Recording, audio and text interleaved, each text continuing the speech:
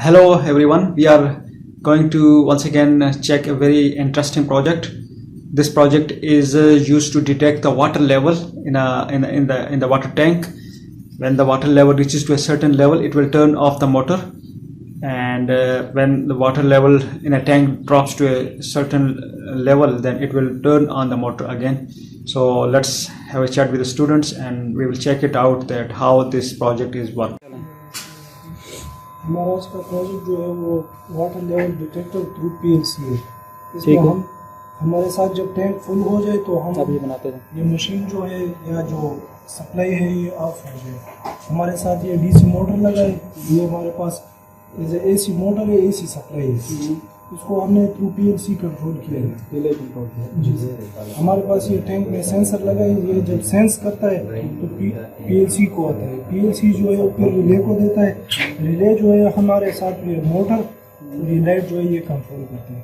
तो अभी हम इसमें पानी डालेंगे, जब वाटर का लेवल हाई होगा तो हमारे साथ ये लाइट भी ऑफ हो जाएगी और मोटर भी ऑफ हो जाएगी।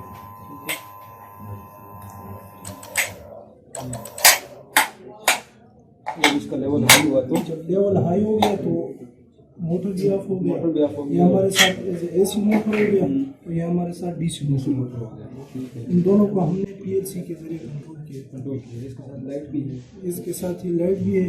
ये रेड लाइट जो है जब टैंक फुल हो जाए तो रेड लाइट ऑन होगी, जब मशीन ऑन होगा तो हमारे साथ ग्रीन लाइट होगी। अब इससे पानी निकालने देखिए ऑन होता है, इसका लेवल डाउन हो जाए तो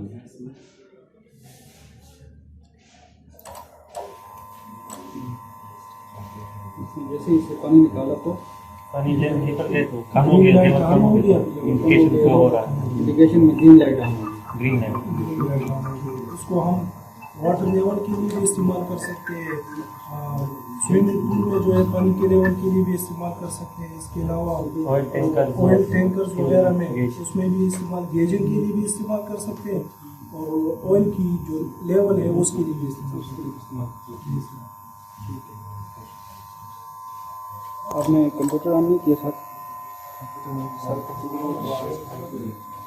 आप इधर आइए, सारे मेंबर इधर आइए, बस इधर खड़े हो जाए। सिस्टम